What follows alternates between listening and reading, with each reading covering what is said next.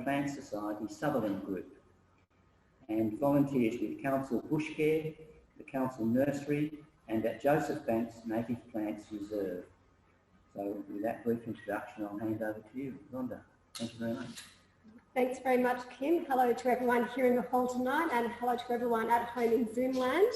If you are having trouble in Zoom land, do type a message in the chat box if you can't hear me or there's some other problem, and then Graham or Kim will alert me that I need to do something differently. So we're all going to be a bit flexible tonight, because I haven't done this before either in this format. So as Kim mentioned in the introduction, I'm from the Australian Plant Society Sutherland Group, and I've lived in Sutherland Shire all my life, so I'm familiar with Crooks and Banks, and I knew that Banks collected plants in 1770. And then I became more involved with a Sutherland Council planted garden called Joseph Banks Native Plants Reserve. And I thought, well, I better find out a bit more about Joseph Banks, particularly at that time with the 250th anniversary coming up. So I did a bit of research and put together a presentation just to try and share and improve knowledge of Joseph Banks and what his legacy actually is. So in the presentation tonight, I am going to move to the next slide by hitting this arrow, which is not working. So I'm trying to, is it just very slow or?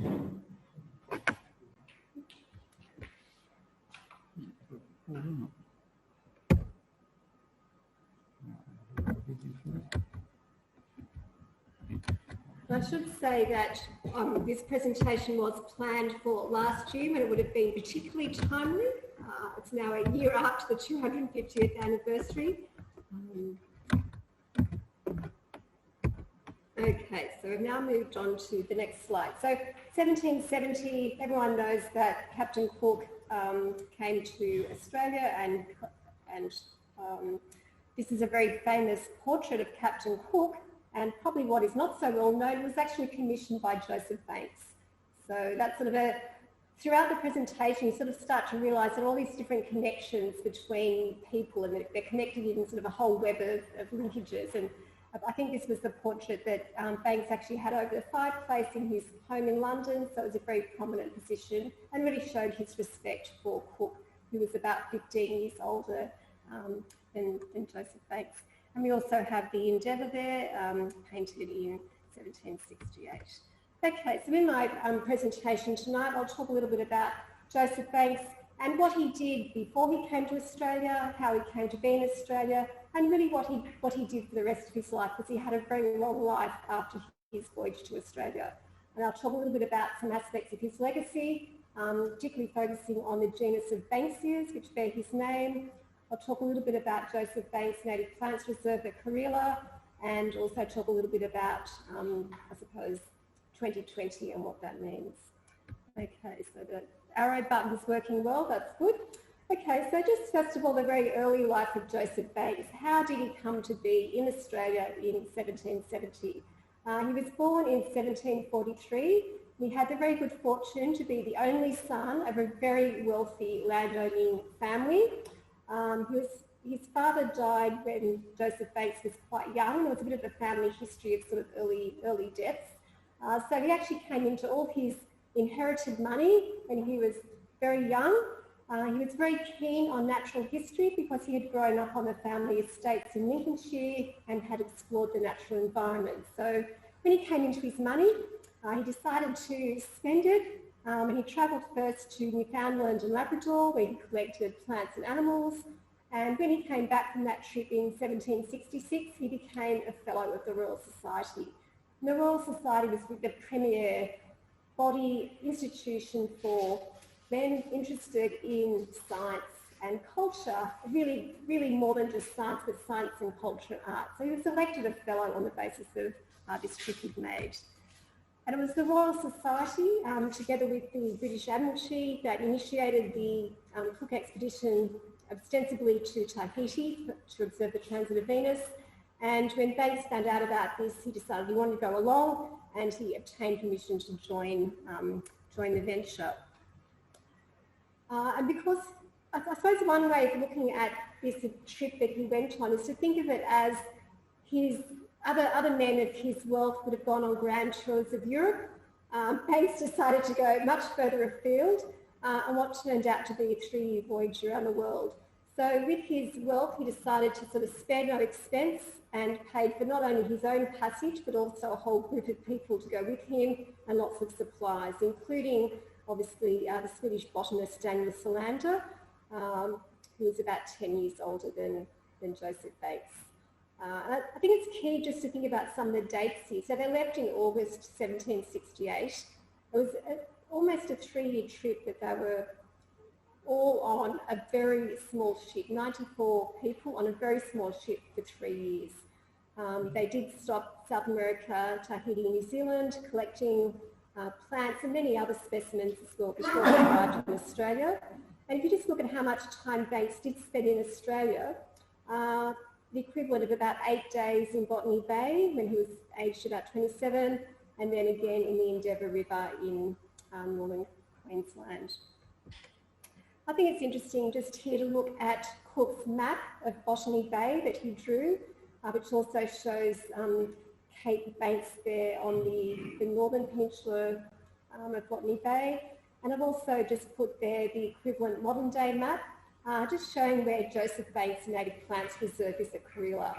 And I'd just like to think, maybe when Banks and Cook and Solander were out collecting plants, maybe they ventured as far up the Georges River, maybe they even set foot in the vicinity of where Joseph Banks Reserve is today.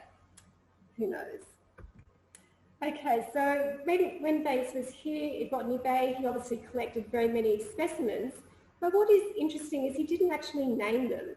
So Banks he's not a botanist. And when you look at his later life, you really see that. His role was more as a facilitator and a network and a connector. He was interested in all aspects of science and natural history. He was not a botanist himself. So he collected 3 species of Banksia at Botany Bay and another species of Banksia in Queensland. There's quite a famous quote about the collection of plants was growing so immensely large, they needed to take great care of them so they did not spoil. And again, 3-year voyage, they managed to get all the specimens back home in good condition. And just in terms of numbers of plants, I think, and the whole concept of sort of new and discovering things, I think it's very important to recognise that, of course, the plants that Banks collected, while they were considered new to Europeans and were very exciting back in England, of course, they were well known to the Aboriginal people who lived here. They were not new plants in that sense.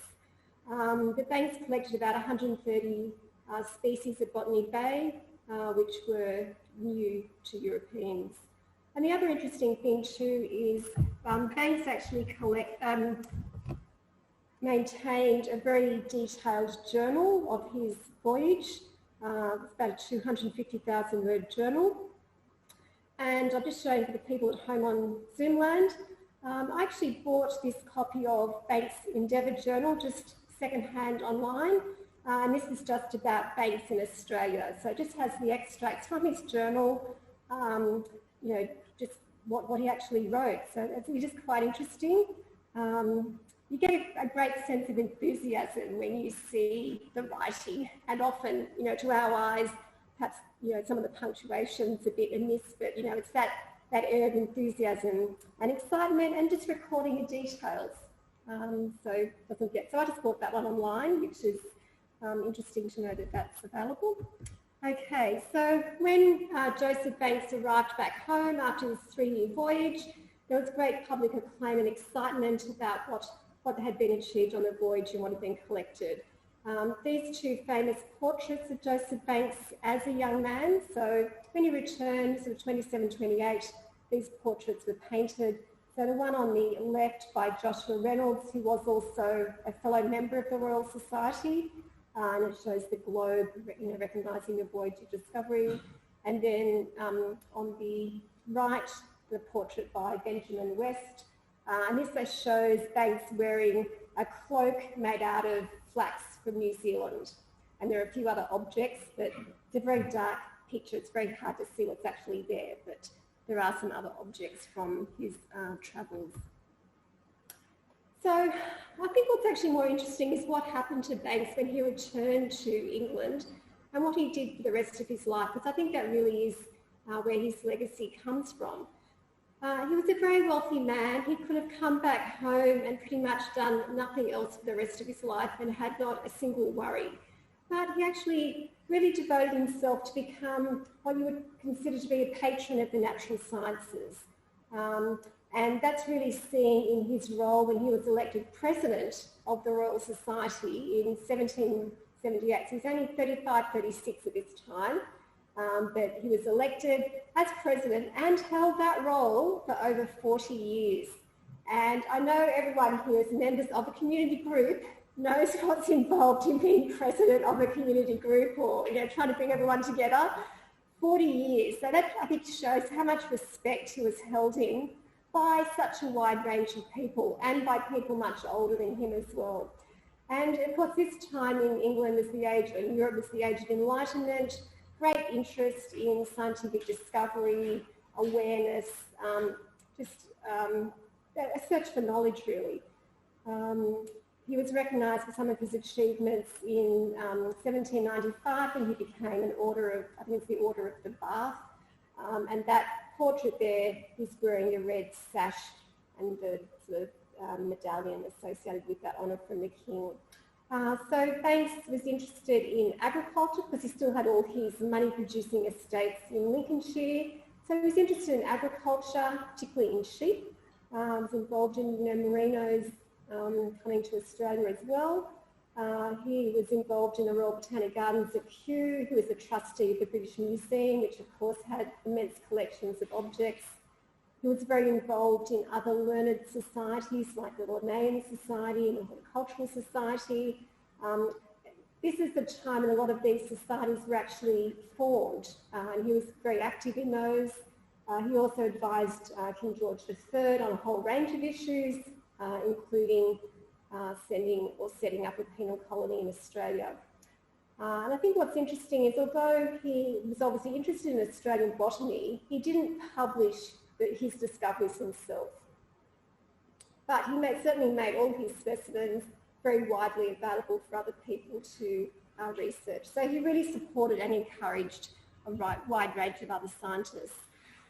And I've just got a blow-up of this portrait here because I think it really shows, this was painted when Banks was in his late 60s, so he died in 1820, and it's really showing him in his full majesty as the president of the Royal Society. He's got his inkwells representing, his correspondence, the royal, sash, all the regalia of his position. He was a very tall man, about 6'4", and in his later years he became very big and very large, and did suffer from gout and was restricted to a wheelchair in his later years.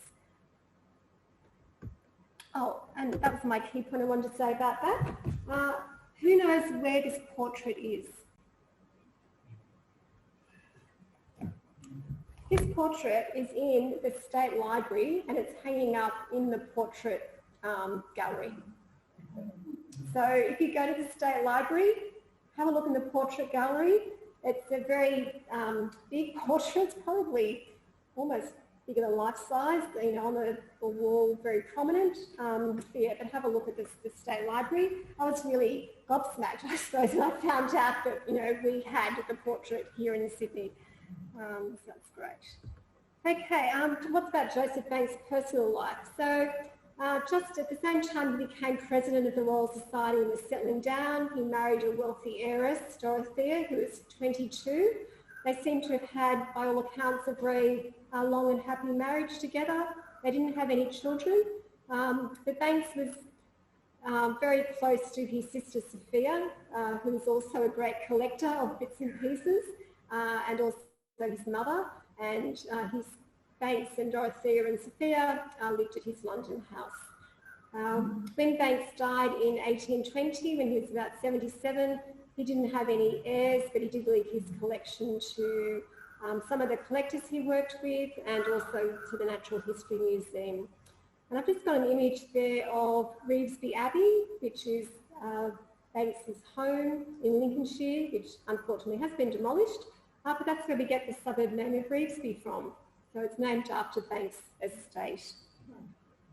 Yeah. Okay, so what about Banks and Australia? He was only in Botany Bay, New South Wales for sort of 8 days and 6 weeks or so in Queensland, but he maintained his interest in Australian botany throughout his life. In the late 1770s, when England was discussing what to do with all its convicts and where to set up settlements, he did advocate for Botany Bay, just on that basis of the 8 days that he was here. Once the colony was established, he did encourage great sort of exploration of the colony's natural history, and he was a great letter writer, so he corresponded with all the governors in New South Wales, and with his great wealth he also paid people to collect specimens for him, and some very famous names were paid by Banks, George Cayley, Robert Brown and Alan Cunningham. And just as another example of his involvement, Flinders expedition in 1802, he sort of got Robert Brown and Ferdinand Bauer on that expedition to collect specimens. And I think the other interesting point, which someone pointed out to me, I think last year, and I listened to a few talks about this as well, was Banks didn't actually have any property interests in Australia. So he wasn't making money out of Australia like just about everyone else who was here. So he had enough money in England, and he really was interested in New South Wales and Australia for, I suppose, from really a scientific point of view, not from the point of view of how he could exploit the resources and make people more money. So I think that's an interesting point. And just as another sign of some of the sort of tangled webs of connections between Banks and just about everyone else, he was involved or had a role in the mutiny on the Bounty.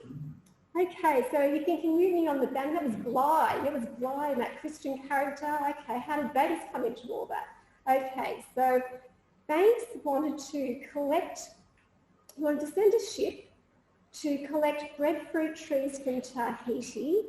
And he wanted to pack all these trees into special cases in a greenhouse on the ship, and then send them to the Caribbean as a food source for the slaves in the Caribbean, because it was going to be a cheap and nutritious food source. And he appointed Bligh as the captain of this expedition. Now, William Bligh was a crew member on Cook's third voyage. But of course, Banks knew all that because he was, staying connected with Cook, knew what Cook was doing, knew what Bligh was a crew member, knew what Bligh was like, made him the captain.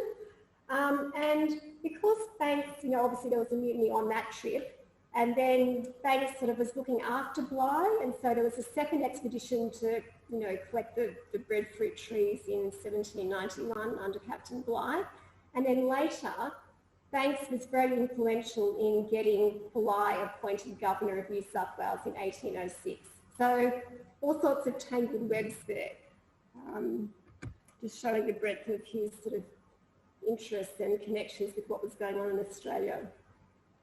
I'd like to say a few words about the character of Joseph Banks. By all reports, he seemed to have been considered unusually likeable, generous, enthusiastic and energetic. And I think a sign of his character is to think about how on that 3-year voyage to Australia, he was in a very small ship.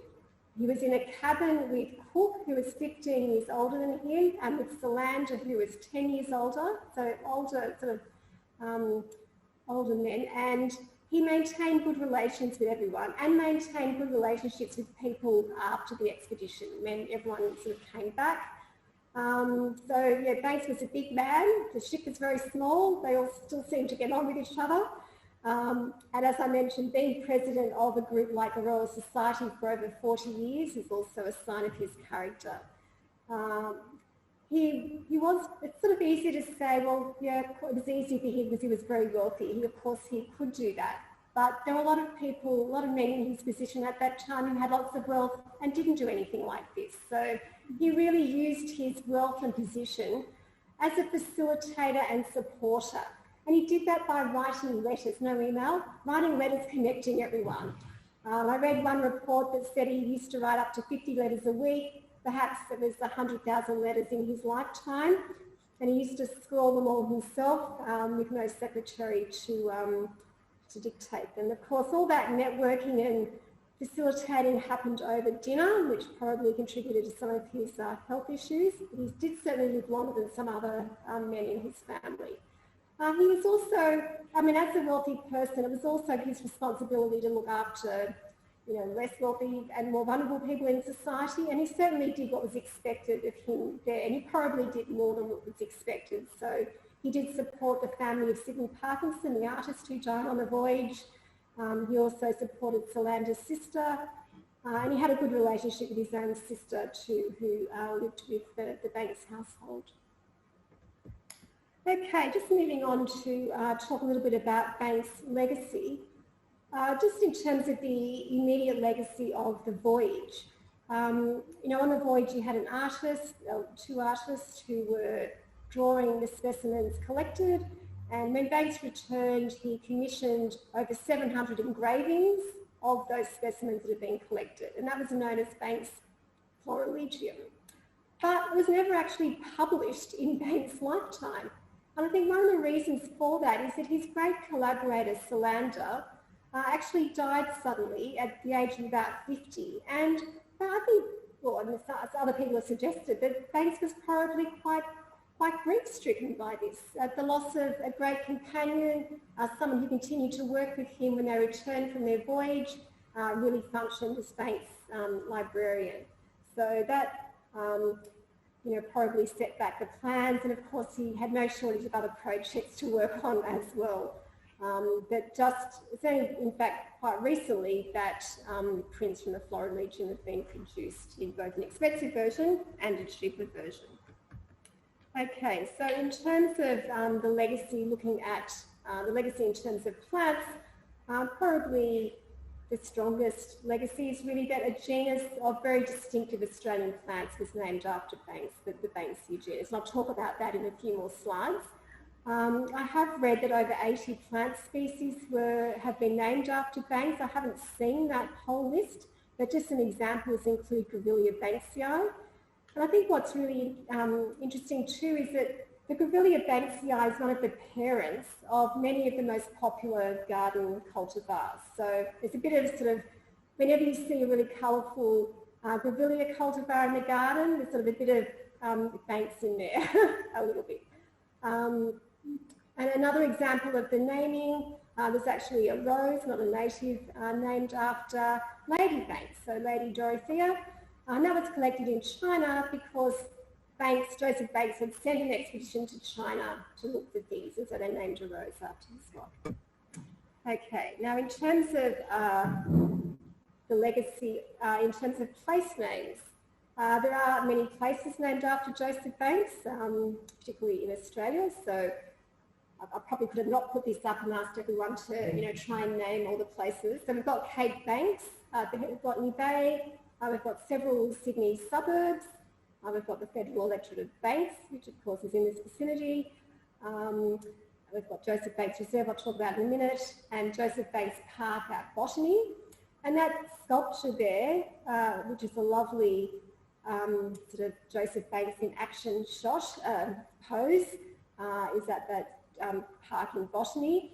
And if you look really closely at the image, as well as the pelican, there's actually, I've got my pointer, there's actually a greyhound.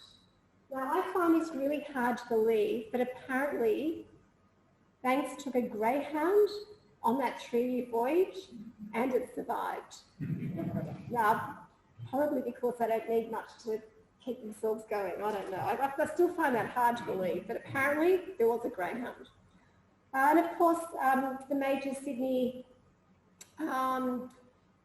city and local government area of Bankstown is named after Banks, and Governor Hunter named that place after Flinders and Bass explored the Georges River.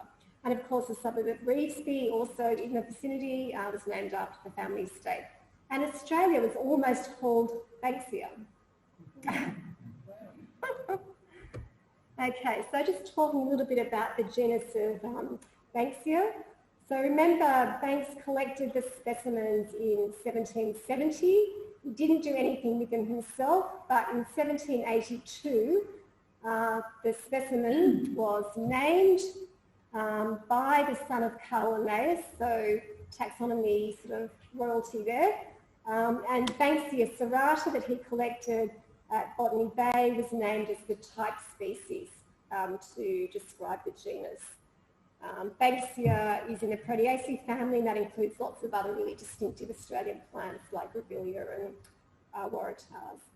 Now, there's a bit of a debate about how many species of Banksia there are, or whether you should include the Dryandras from Western Australia or not, so I won't really get into that. I like to sort of round it off by saying we think that there are about 100 species of Banksia in Australia. All of them are in Australia, and there's one species that's also found in New Guinea. And all those Banksia species, most of them are actually on the west coast of Australia. We've only got about, say, 12 to 14 species here on the east coast. Now, what's most distinctive about the Banksias, and for people in Zoom land, I'm holding up a flower spike from a Banksia ericifolia or ericifolia flower. And this flower spike is made up of hundreds and possibly even thousands of individual flowers. And on the Banksia grandis, one flower spike might have up to 6,000 flowers, which is pretty spectacular.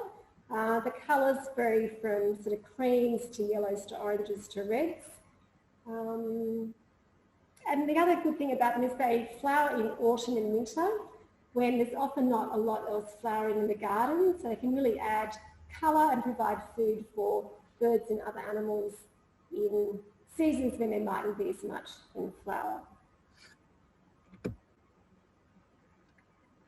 Oh, and seeds, okay, so I'm now going back to my Banksia cone prop. So this flower cone shows what happens when all the flowers die, and a small proportion of the flowers develop into these woody seed follicles, and the follicles contain seed, well there's a seed, I think, probably a tiny little triangular bit there, contain seeds.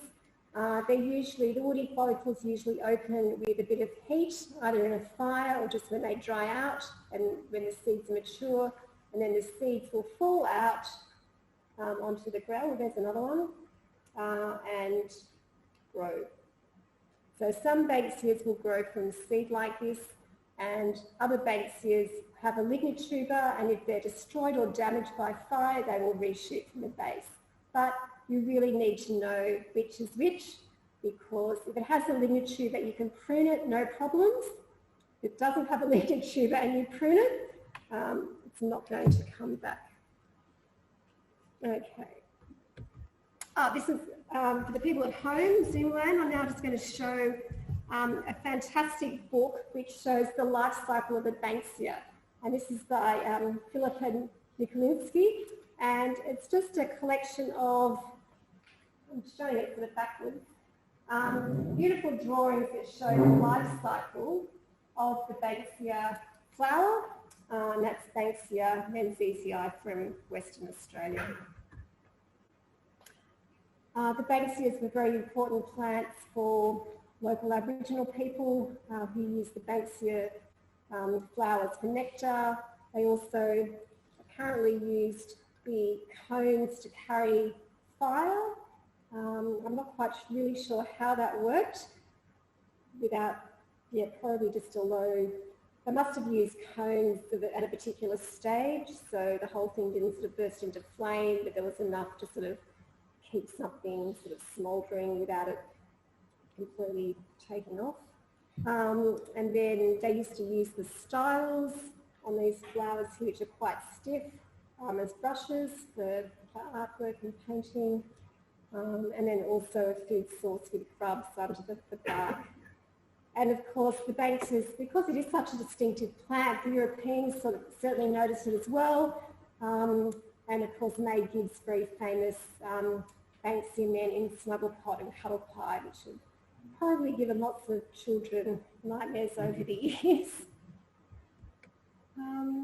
So with our local Banksias, of the sort of 10 to 12 that you might see in the Sydney region, the best way to identify them is really by the leaf. So the leaf is the most distinctive feature, and a lot of the species names are also refer to the leaf. So I've just given some examples there of some of our local species, and you can buy, for each of those species, you can also buy cultivars that are usually smaller, more compact forms of the straight species. With exotic marketing names like birthday candles and coastal cushions. There are some other East Coast Banksias. Some have some very striking colours, sort of some purples, mauves. And there's a very rare Banksia of Vincentia, which has been found at Jervis Bay. I think they're down to about 4 plants growing in the wild, but they are trying to propagate them and have cuttings of them.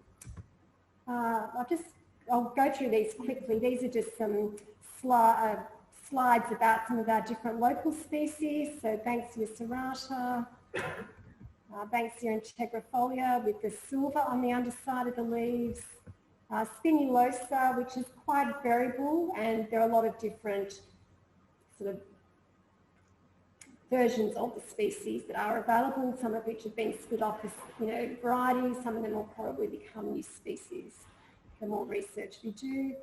Banksia ericifolia, so that's the really tall orange one. Banksia robor, which has lovely metallic flowers and great big tough leathery leaves. Marginata, where the little lemon flower spikes look like teddy bears, and they've all sort of died off sometimes. And then of course we get to our WA Banksias. Now, you always think things are better somewhere else, and to the East Coast people, we do think the Banksias are more spectacular in WA. So they've got some lovely big red ones, very showy, different colours there. But the WA Banksias are very hard to grow over here on the East Coast because we have different soil here, different rainfall and different humidity. There are a couple of, actually that's a Banksia coccinea growing in the wild in WA, and you just see how sandy it is. There's just like nothing in the soil there, it's just sand, but it's, you get a spectacular flower. So there are some WA Banksias that grow in Sydney, and one of those is Banksia blecknifolia, which is a ground cover, prostrate Banksia, and it has leaves that look like a Blecknum fern with the divided leaves. And these are just so lovely to touch when you see the new flowers emerging. You sort of want to go up and sort of pet them. They're so soft, and they just look so unusual, just creeping along the ground, sort of popping out on the edge of a garden bed. I'm just going to skip over how to grow Banksias. Propagating, they do need animals for pollination. You can buy Banksias, local species at Sutherland Council Nursery is a great option, and for cultivars, the Sydney Wildflower Nursery at Heathcote. And if you want to know more about Banksias, I'll just show you. This is the book, which is called very simply Banksias, and it has a double-page spread on each of the species, and of course there's so much demand for it that they just released a second edition in 2020. So that's the one to find out about Banksias.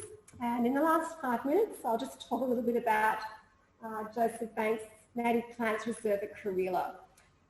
So leading up to the 200th anniversary of Cook's and Banks and Solander in Australia, so leading up to the 200th anniversary in 1970, there was a lot of activity, and around Sydney, of course. So Sutherland Council established the Joseph Banks Reserve as a Cook Bicentenary project. It was named after Joseph Banks, but they were thinking it could have been named after Daniel Solander at the time.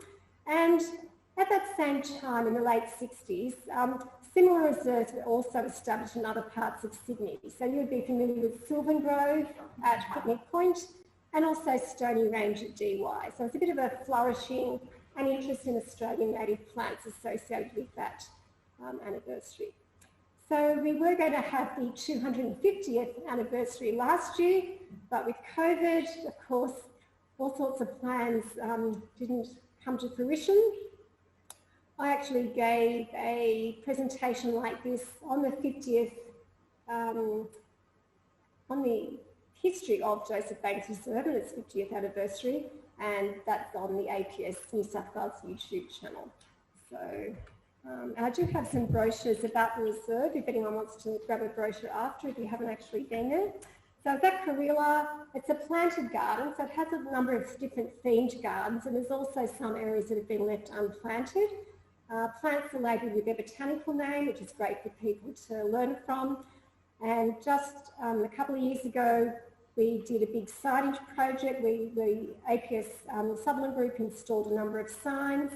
And one of the signs right at the beginning is about botanical names. And I used Banksia serrata to illustrate the concept of botanical names. The genus name Banksia, named after Joseph Banks. The species name serrata, named after the serrated shape of the leaf. So it's a nice, simple way to explain botanical names to people. That's the Banksia spinulosa right there at the entrance.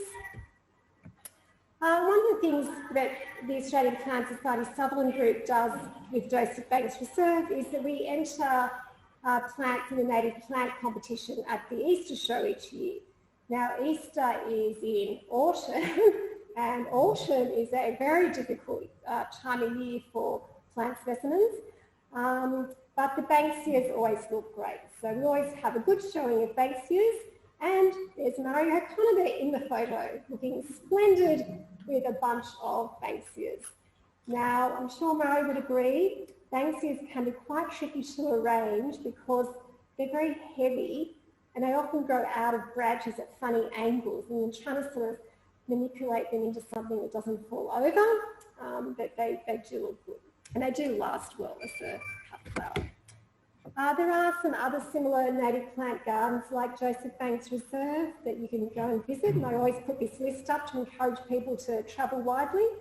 And of course, down in Canberra at the Australian National Botanic Garden, they have just opened the new Banksia Garden.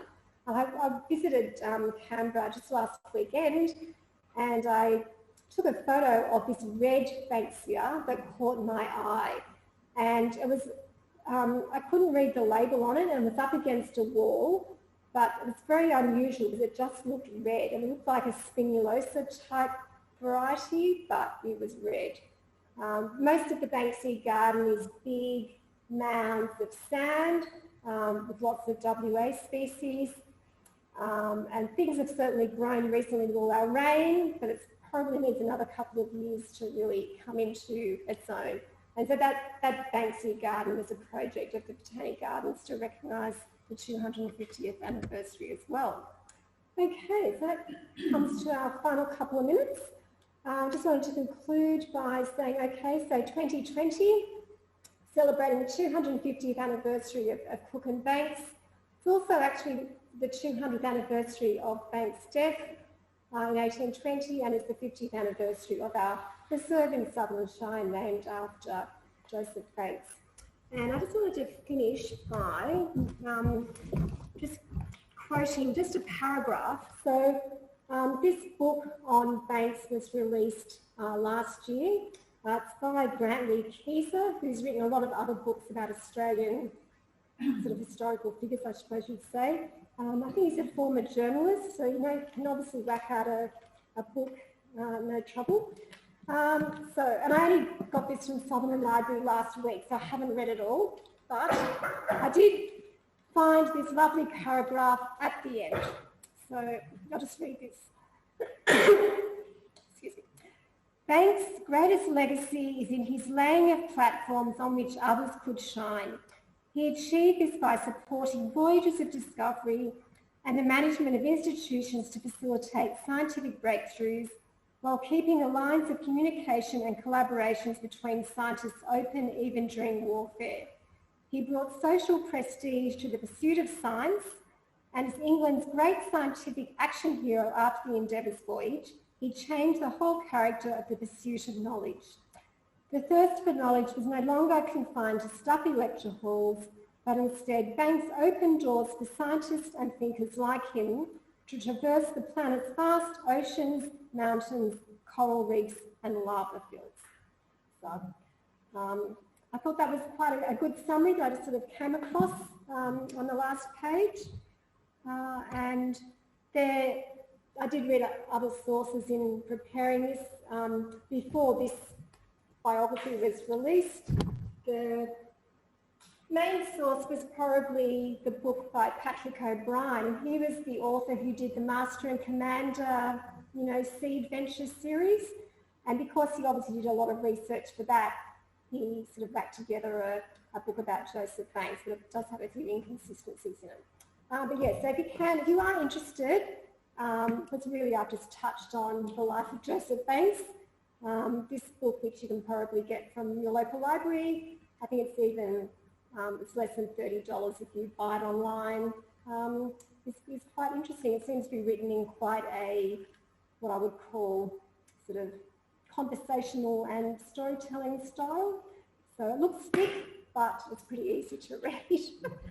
So I might draw my presentation to a close there, Kim, and we might see how the Zoom chat box functions working. We'll have some questions from the floor while people are typing their questions at home. Thanks, Rhonda. That was terrific, fascinating. I didn't show you. Oops, happy to answer questions. Yeah, questions. I'm going to call privilege and ask the first question, because I'm intrigued. I'm not sure whether I heard it, but, and I'm speaking sort of trying to get into the microphone here. He was knighted, he became Sir Joseph Banks, yes. Is that right? When did that happen? There were two separate honours. So there was, I confess I'm not up on the whole British honours system, but there was one award in, I think it was 1781, and then I think he might have been knighted then, but then it was the Order of the Bath, the sort of the more prestigious one, and that was 1795. Yeah, so he became a baronet in 1781 and a knight in 1795. So he was still fairly young. Yes. And I think apparently I was reading in this that he didn't want to receive the knighthood and the Order of the Bath because he felt that there were other people more deserving. But I think he accepted it as recognition of the value of the Royal Society and it sort of being a recognition of the work of the Royal Society. So I think sort of, although when everyone probably says that sort of thing, they get an honour, don't they? And I also just read a little paragraph in here as I was flicking through it saying the day after or the month after he got the award, even though he was quite infirm and having trouble getting around, he was still seen out, in some marketplace checking on something or doing something. So he, he didn't let the fact that he had this sort of honour change what he was doing. He still sort of kept on doing what he was doing. But yes, I confess I don't really understand all the exact hierarchies. That's fine. Okay. Another one from the audience? Yep. Can you? Did you guys anything much about what life was like on H.M. Bark Endeavour for 3 years? Yes, there are. Just, the question was... The question? When Joseph Banks was keeping his journal, did he write much about life on the Endeavour? I think he did. I must say the extracts that are in this journal that I showed are really about what he did in Australia. So because they were doing sort of more exciting things and getting off the ship and looking and exploring, he wrote about that. But the other parts of the journal, when he was at sea, he would have written about what they were doing with the specimens, I think. So were you interested in particular aspects of shipboard life? Or? It must have been like in 3 years on the little boat. Oh, God. It's hard to imagine. All day and one night and all. Yeah. Banks did, he had a whole, party with him. He actually had 4 servants, although some of them did die in South America. So in a sense, he had people to look after him. He didn't have to sort of fend for himself and wonder what he was going to have for dinner or whatever. But yes, it was still very difficult conditions, just in terms of how confined the space was. Yeah. But they did stop enough along the way that they could get off. 6 weeks holiday in Queensland. Yeah, but it is interesting. As I said, I just picked up this journal online, just typed in the title and managed to track down a copy. Yeah. And I also, just on that previous slide, I just had, in the UK, there's something called the Joseph Banks Society. So if you go to that website, you can probably find a lot more information. And I know they are the place that are aware of, if you can buy the full journal or, when the full journal was published or that sort of thing. Yeah, but we get the Australian sort of perspective just out here that the society in the UK is more about his whole life. And I think because Banks didn't actually have any children, there wasn't a whole family to sort of support his legacy and sort of, in a sense, talk up his achievements, as you might perhaps find with Charles Darwin, who had a huge family and married into a equally large family, the Wedgwoods. So, yeah, I think Banks sort of didn't have that family to keep his achievements alive. Yep. You work with the Royal Society, yeah. Did they communicate much with their European counterparts? Yes, yes. With large groups? Yeah, definitely. So what I really didn't talk about in this presentation tonight was how through that sort of Banks's long tenure as president, England did go to war. There were several different times when they were at war. They were at war with France. And during that time, Banks made a really strong concerted effort to support scientists no matter what country they were from. And so through his network, he made sure that specimens of collectors from other countries were protected, that they sort of were safe and got back to the right hands. He was quite willing to share his specimens with scientists from other countries. His house in London, I suppose you'd call it a modern library, almost like a modern university. It was like a drop-in centre. People could come, they stay for dinner, they look at the specimens, then they go away and do something, and then they tell someone else, and that person drops in before they head out on their voyage around the world. And then they come back, they have dinner, they share their specimens, and they talk to someone else. So it was very much a centre of networking, and it was very international. So he definitely did support scientists from other. It was about the science was first, and the country that someone was from was less important. In this book, it does go into that in more detail with some more examples. So it's quite interesting. I've got a vague grasp of European history, but I probably don't understand all the wars that well. And so it is interesting to think that there were various wars going on at times, and just the impact that had on different activities. And Banks even at one stage had some role in defending the English coast, or organising people to be prepared to defend the English coast, or something like that. It was during that period Yeah. in history, there was certainly a lot of explorers Oh yeah. on the globe at any one time. Yeah. And and just like Cook's original expedition, some of them were, might have been, expeditions had multiple purposes, let's say. And some of them, some voyages, different purposes had a higher priority than other purposes. So sometimes it was just about scientific collection, sometimes it was about, staking claims to land.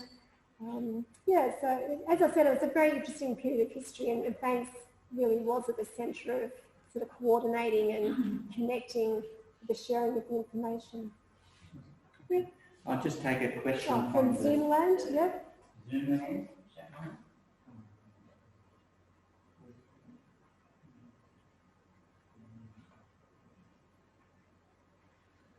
Okay. And I'll have to read it over here.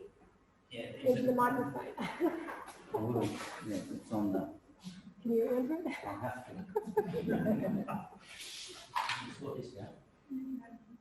According to Sam Neill's recent program, Banks was held responsible for the British view that Australia was terra nullius. Any views? Well, certainly terra nullius is what that actually meant. It was a much contested term. Banks did advocate in the late 1770s for New South Wales as a penal colony. I don't really think it had much to do with whether it was considered terra nullius or not. I mean, certainly he saw Aboriginal people at Botany Bay. He knew they were here. They saw them all the way travelling up the coast. I mean, they definitely knew Aboriginal people were here. I think the advocating for New South Wales as a colony was probably more about comparing it to the other options, and that probably included things like, you know, climate and distance and location and all sorts of other things as well. So I'm sure more learned people have written more about that. I don't know whether anyone else has any views about that, whether that was a key element or not. And I think it is interesting that Banks was only here for 8 days. He saw a very small part of the Sydney Basin, but you know, no one else in England had been to New South Wales. So whatever he said, pretty much, you know, had a lot of power. So he didn't have to be right because there was no one to challenge him. There was no one else to say, well, actually, it looked pretty boggy, or actually, the harbour looked terrible, or actually, there seemed to be a lot of people living there, or actually, like, there was just no one else to really question what he said. You know, he was president of the Royal Society. He had been here. He was advising King George. Yeah, there just weren't a lot of other people to really challenge. So, yeah. Just one comment though on terra nullius. I think also on that Sam Neill program, he stated that Philip's orders were to conciliate with the local inhabitants. Philip's orders? Yes. So they obviously knew that there were people. Oh, yeah. Yeah, so people didn't hear that in Zoom land. We're just talking about Philip's orders. So when Philip came in 1788, what were his orders? And remember too that, you know, Philip came to Botany Bay because that's where Cook had been. And then, like, they arrived and realised it wasn't a harbour, it wasn't suitable. They had to go and find Sydney Harbour. So, I mean, I think today, I find it hard to imagine what it would have been like in those times to make those huge decisions about sending people, like any people, like whether it was the sailors or the soldiers or the convicts, to send so many people so far away, knowing so little about the environment. I suppose the equivalent today would be us trying to set up, you know, an expedition to the moon or Mars. But I still find it very, very hard to get my head around. The decision making and just the speed of communication is so slow. There's one over here. Pete? Sue, sorry. Mine was a comment rather than a question on that Sam Neill show in relation to you saying that you didn't have a family. Sam Neill made the comment at the end that because of the stratification of society in England, when that expedition, that first Cook expedition got back, it was Banks that was preferred by the powers that be, not Cook. Yes. Cook wasn't really, you know,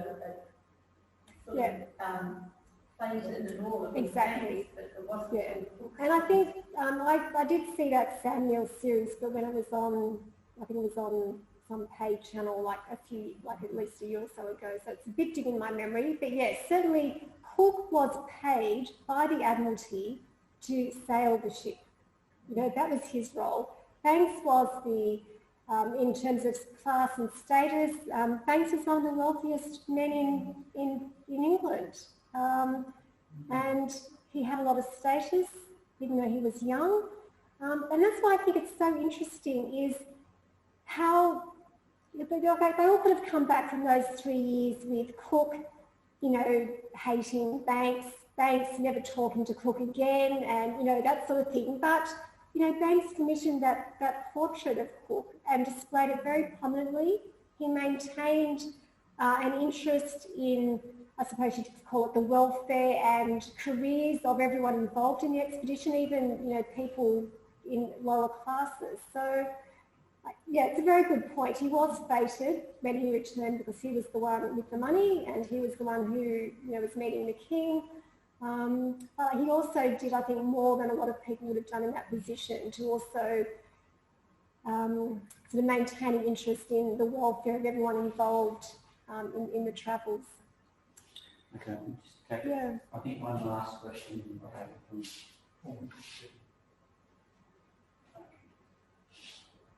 a comment from Debbie Andrew.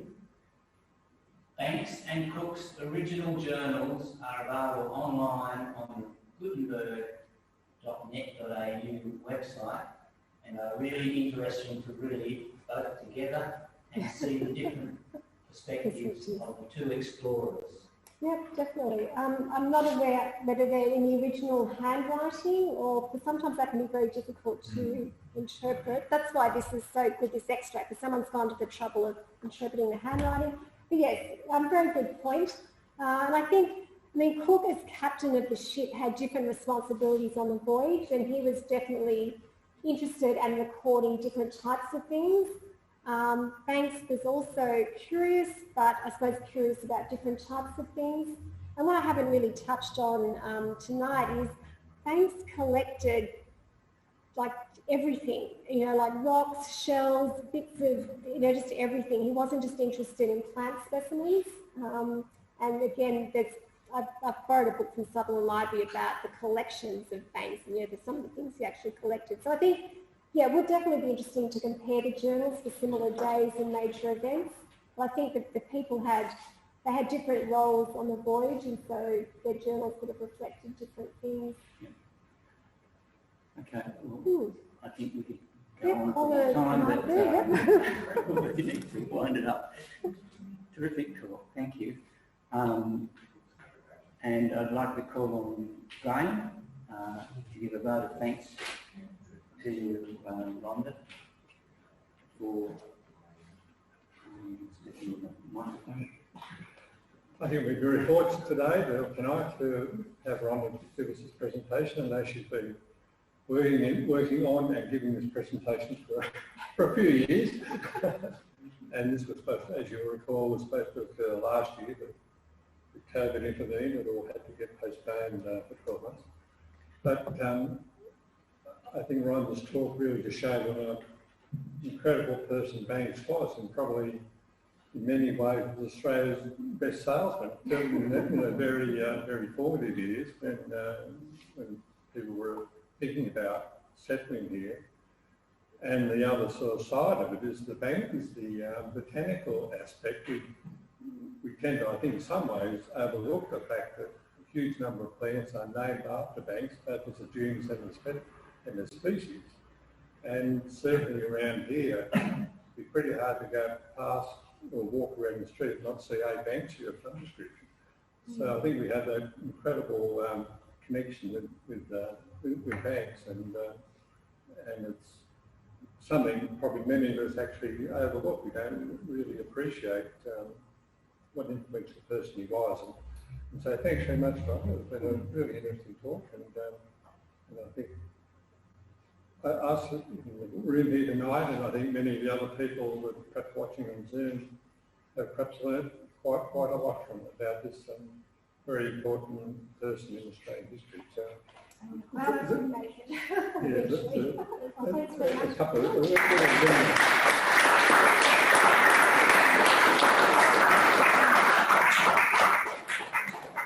We've done it, guys. Thank you very much. I'll go to the phone.